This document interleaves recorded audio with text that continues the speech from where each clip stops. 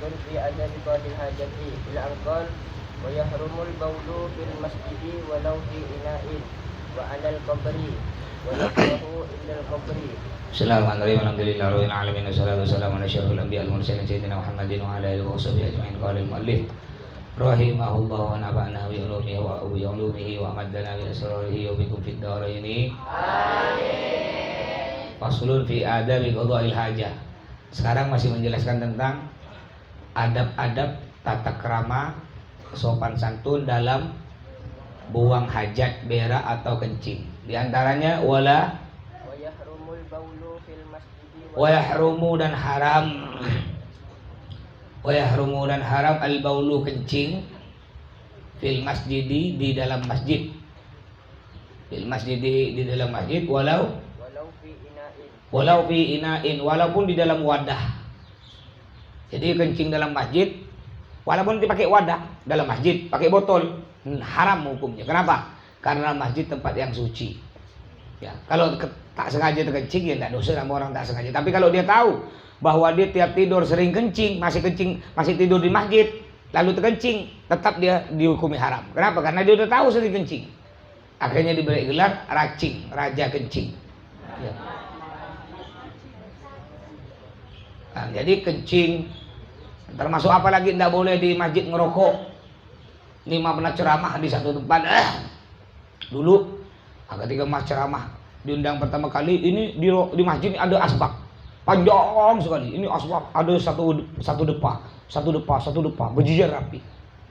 Karena mas ceramah pertama kali, mana nanya ke panitia, ini untuk apa ini? Kayu ini panjang, dari kayu dibuat. Pak Ustaz, di sini biasa kalau ada acara orang merokok. Biasa. Iya Ustaz, sering. Oh udah, biarkan.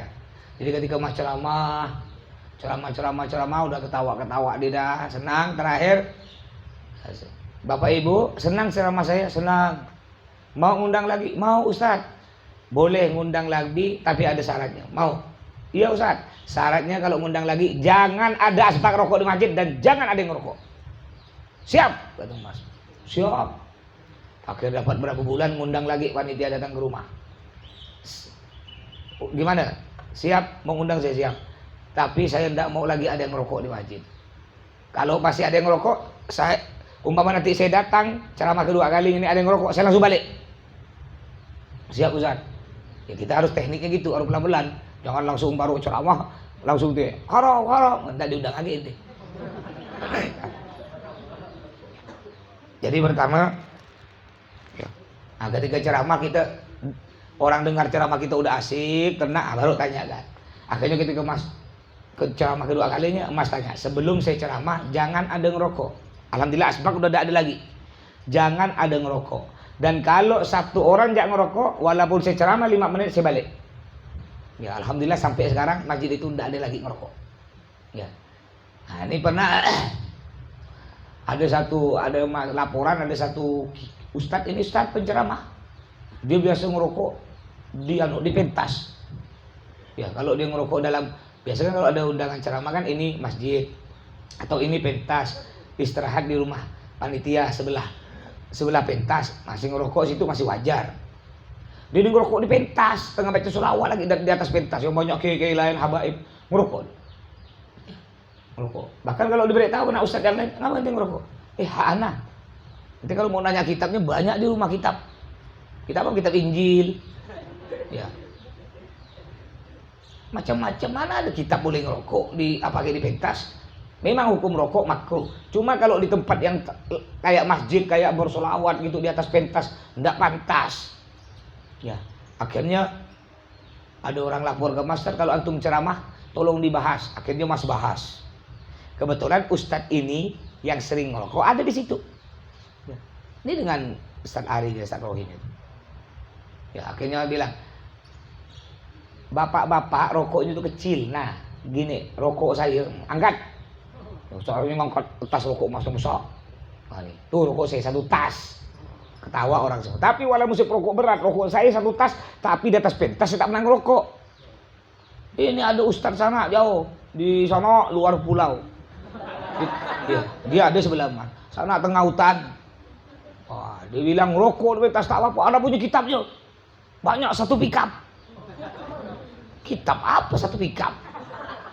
Ya, nunduk dia ya.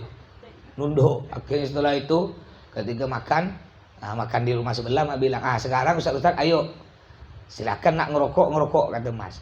Cuman ndak ada benang tuh kan dengan rokok anak. Keluarkan rokok ente semua. Keluarkan dia rokok kecil-kecil. Mak panggil sadarnya. Keluarkan rokok Mas.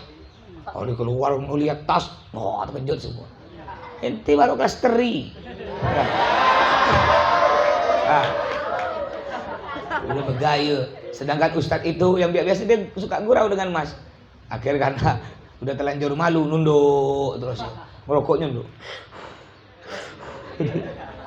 Malu dia. Tak kebiasaan. Ya, akhirnya Mas jangan sampai ya, Mas ceritakan ada Ustadz di daerah sana di luar Kalimantan Barat. Jangan sampai di sini ada. Kalau di sini ada Ustadz ngerokok tapi tas bilang saya lemparkan ke sungai. Tambah begitu kan sekali. Maka kalau ceramah ngamuk-ngamuk. Kalau sampai di sini ada Ustadz ngerokok di atas pentas, ya, saya langsung angkat, saya lemparkan Ustadz itu ke sungai. Setuju, kata orang. Lihat, dengarkan semua jemaah. Kalau ada Ustadz ngerokok di atas pentas, angkat ramai-ramai, lemparkan ke sungai. Tambah pucat dia.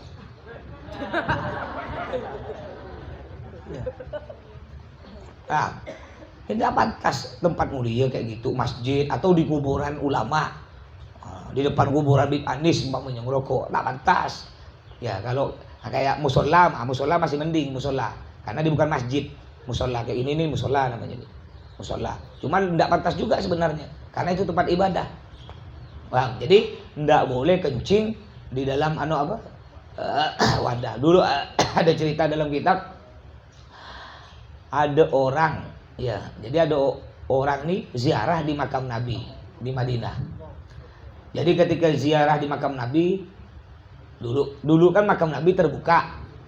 Nah, terbuka, jadi kita langsung masuk ke makam. Kalau sekarang ya kalau kita ziarah ke makam Nabi tidak bisa, udah dipagar. Dari jauh makam Nabi. Ya, dipagar tidak bisa. Kalau dulu masuk, zaman dulu bisa meluk makam Nabi bisa. Akhirnya ada seorang ulama, ya, ketika dia ziarah di makam Nabi kan kalau udah nyam malam dikunci, kena juru kunci, harus keluar semua. Dia bertapuk. Ini orang, nah kalau anak-anak tidak bertapuk nih nanti kena penjaga pintu makam Nabi disuruh keluar. Dia ini pengen puas-puas di situ, pengen sampai besok, pengen tidak mau meninggalkan makam Nabi, nikmat gitu ziarah di makam Nabi. Bertapuk dia. Ketika dia bertapuk dikunci balik juru kunci. Tinggal dia sendiri di makam Nabi. Akhirnya di malam hari dia sakit perut, mau berak, keluar tak bisa. Ya, udah tak kuat udah. Sedangkan ini makam Nabi. Nak berak di depan makam Nabi kan tak mungkin, kurang ajar. Aku coba saking tak kuatnya dia sampai nangis bukan karena sakit perut, nangis karena tak berani, tak mau sampai keluar berak di depan makam Nabi. Akhirnya dia udah tak kuat dia. Kalau kata orang Pontianak itu taiknya di ujung. Nah, akhirnya dia pun cari tempat yang agak jauh dari makam Nabi, cek di pojok sana. Ya, dia buka gamisnya, buka baju dalamnya, lalu dia berak di gamis, ya, di gamis dan ditutup tuh. Berak di tengah-tengah gamisnya dilipat, ditutup rapat kena dia. Ngapa? Biar baunya tidak keluar sampai tercium oleh Nabi. Ditutup rapat kena dia. Sampai imamahnya songkoknya seribu kali ditutup rapat. Saking jaga agar bau tersebut tidak keluar hingga tercium ke makam Nabi. Nah, setelah itu akhirnya kebesokannya dia keluar. Nah, udah selesai pagi-pagi udah dibuka, keluar dia. Keluar dapat beberapa hari dia sakit dan meninggal dunia. Lalu ketika meninggal dunia ada suara. Ketika dia meninggal dunia, satu kota Madinah baunya wangi. Orang cari, bau apa nih? Dicari kena orang, rupanya di rumah dia. Dicium, rupanya dari mayatnya wangi. Satu kota Madinah, satu kota Pontianak wangi. Akhirnya ada suara, sebagaimana engkau telah menjaga kotoranmu agar tidak tercium oleh kekasihku, aku pun jaga jenazahmu agar menjadi wangi, sebagaimana dia menutup biar tidak tercium bau. Akhirnya oleh Allah pun diberi jenazahnya ketika meninggal dunia dibalas dengan wangi satu kota. Ya, ini akhlak. Akhirnya kalau ente ziarah ke makam ulama, jangan kurang ajar. ziarah ke makam ulama, ya baca doa. Coba doa ziarah kubur tuh. Nah, setelah baca doa ziarah kubur, Fatihah, tahlil, yasin, doa. Nah, setelah itu ketika ente jalan bukan langsung balik badan. Ya ulama hidup atau mati hormatnya sama. Jadi ketika ente selesai, nah ini umpamanya ente ngadap sana nih, ini umpamanya badan ente. Bukan ente balik badan gini. Ah, itu kurang ajar namanya, membelakangi kuburan ulama, beri pantat kena ente. Jadi caranya ente mundur jalannya, mundur. Udah jauh baru. Begitu pula kepada ulama-ulama yang lain. Ulama-ulama yang hidup, guru-guru kita meminta salaman ke abi, salaman ke umi. Setelah salaman bukan balik badan gini. Ini kurang ajar, mundur. Atau ketika ada acara, di sini ada habaib, ada ulama, ente bagian ngangkat kopi, ngangkat teh mamanya. Setelah ente break bukan langsung balik badan, mundur. Udah agak jauh baru ente boleh balik badan. Paham? Itu akhlak sopan santun. Terus wa alal kubri, dan haram juga berak atau kencing di atas kuburan. Karena orang kuburan tuh ya walaupun dia udah meninggal dia bisa lihat. Kak ente gak tengah hidup, gimana ente? Ente tengah hidup, tengah tidur-tiduran diberakkan. Mungkin ente dikencingkan, ente tidur tengah ngangak gitu. Diberakkan pas di lubang mulut ente, gimana? Marah ente. Marah, atau kamar ente diberakkan. Marah ente. Begitu pula orang kubur tuh rumahnya dia di situ. Pas rumahnya dikencingkan, rumahnya diberakkan. Ya enggak terima, dia marah. Makanya enggak boleh, haram. Sampai suatu hari Nabi jalan dengan sahabat. Ketika Nabi jalan dengan sahabat, Nabi berhenti. Ini makam, banyak makam. Nabi berhenti. Nabi ngambil pelepah korma, daun korma, daunnya, ya kayak daun korma itu kayak daun kelapa. Diambil, Nabi tancapkan di atas kuburan. Ya. Lalu sahabat bertanya, Nabi, kenapa Nabi ngambil daun korma atau pelepah korma ditancapkan situ? Ini kuburan ini, dua kuburan ini, dua-duanya disiksa. Nabi tancapkan ini satu, di sini satu. Yang pertama tuh disiksa karena dia suka ngadu domba. Nanti disiksa dalam kubur. Ngadu domba. Umpama ada budak ada kelahi, Hafid mau kelahi dengan Fauzi. Nah, sama-sama langsing. Ketika Hafid nak kelahi dengan Fauzi, bukan ente lerai. Malah ayo. Ronde satu. Akhir Hafid betul-betul kelahi. Atau dipanaskan. Apa pit ente badan dia besar pit, umpama Hafid kelahi dengan siapa yang terkurus di sini. Anggaplah Saipul Jamil mamanya, udah kecil dia mamanya. Apa pit ente lawan Saipul takut pit. Tadi kena Saipul diolo-olo anak ngelihat dengar Saipul. Ya. Saipul memang betul Saipul ada cerita. Hafid udah gendut, jelek, bau lagi. Ente sampaikan ke Hafid. Ya. Ente sampaikan ke Hafid. Ini ente yang nyampaikan perkataan Saipul, ini pengadu domba nih. Nanti akan disiksa di kubur, di pangkung-pangkung ini. Lalu ente betul nyampaikan, pit. Kata Saipul Jamil tadi ente udah gendut, busuk lagi, pit.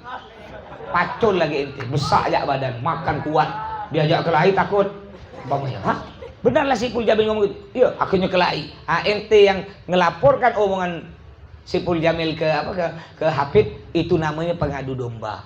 Yang bagus gimana? Umpama ketika ente dengar, ente di kamar dengar ada Saipul Jamil ngomong, Hafid itu bau, jelek, busuk ya. Nah, lalu ente ketika ada kawan ente cerita ke Hafid, katanya kata Saipul Jamil gini. Ente pun dengar, mana ada Saipul Jamil ngomong itu, ente tak boleh ngomong. Mana ada kata Saipul Jamil tuh. Padahal ente dengar kata Saipul Jamil tuh Hafid tuh memang gendut, cuma Masya Allah orangnya walaupun gendut tuh dari aroma badannya itu terbau minyak kasturi.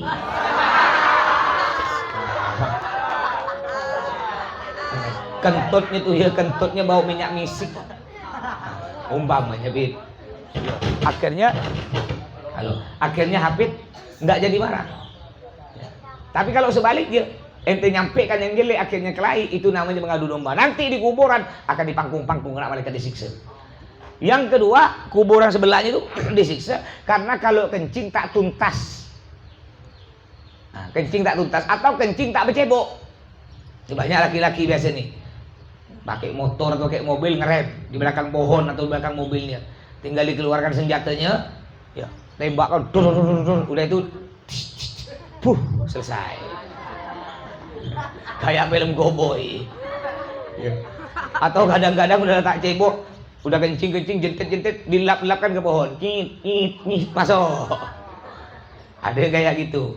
Ini nanti akan disiksa di kubur. Atau kencingnya tak tuntas. Kencing tak tuntas ini, itu kencing. Kencing. Setelah kencing, ente basuh. Setelah basuh, ente jalan. Itu ada perasaan keluar. Ya, itu nanti ente kencing ini termasuk orang kencing tak tuntas. Orang yang kencing tuntas gimana sunnah Nabi? Ketika kencing, ente dehem 3 kali sambil diurut ke depan. Tak usah kuat-kuat urutnya. Pelan-pelan deh. Gitu nih. Lihat teknik di 3 kali sambil dorong ke depan pakai jarinya. 1 2 3. Kalau perempuan caranya urut perutnya ke bawah. Urut perut sampai ke bawah. Sambil tekan sambil 1 2 3. Ngapa? Biar ngeluarkan sisa-sisa kencing. Kalau ente masih ragu lagi, belum tuntas, ente bangun, duduk, 3 kali. Itu namanya udah tuntas. Jadi itu 2. Terus kata sahabat, itu Nabi, kenapa Nabi ngambil pelepah kurma atau daun kurma ditancapin situ? Karena kata Nabi Muhammad, selama daun-daunan ini hijau, itu memohon ampun untuk kepada Allah untuk ahli kubur ini. Ya Allah, ampuni dosa dia, ampuni sampai kering daun tersebut. Kering udah tak ngampuni, tak doa lagi. Selama hijau, makanya kalau orang meninggal dunia kan diberi bunga-bunga masih segar tuh kan. Selama bunganya masih segar, itu berdoa. Ya Allah, ampuni dosa dia, ampuni sampai bunganya layu. Makanya orang zaman dulu, orang-orang tuh biasa di kuburannya bukan cuma diberi itu, tapi ditanam. Ada di atas kubur tanam. Kan ada biasanya pandan, nggak ada nanam kelapa, durian nggak ada, nanam durian, nanam biasanya ya umumnya pandan. Kenapa pandan? Karena pandan wangi, ya baunya wangi. Sama ya, jadi tidak boleh berak atau kencing di atas kuburan. Sama ya. Jadi kencing di atas kuburan atau berak di atas kuburan hukumnya haram. Kalau kita tidak berak di atas kuburan, tidak kencing, cuma bukan di atas tapi di sampingnya dekat. Wa yukrahu dan dimakruhkan. Wa yukrahu dan dimakruhkan kencing dan dimakruhkan kencing atau berak indal qabri, di dekat kuburan. Indal qabri, di dekat kuburan. Kalau di atas kuburannya haram, tapi kalau dekat kuburan tidak haram tapi makruh. Ya. Ini umpamanya kuburan nih, anggaplah meja ini kuburan. Kencingnya dia atau beraknya di sampingnya. Ini hukumnya makruh. Ya. Nanti ya gimana? Andaikan ini masih hidup. Mama ini masih hidup nih. Hafid hidup. Ente berak pas di samping Hafid. Gimana Hafid? Marah? Marah walaupun tidak berak di kepala Hafid. Di samping Hafid berak. Jangankan berak, kentut ya marah. Kentut bau lagi. Ya. Mama ente di kamar itu nggak enak-enak ngumpul, tiba-tiba ada kentut maling yang tak ada suara yang bau tuh ya. Gimana ente? Ente diam apa lari? Lari saking marahnya, nggak ada. Enak, nikmat. Di orang gila. Rohim ya, kata Rohim gila dengar kentut ente lari.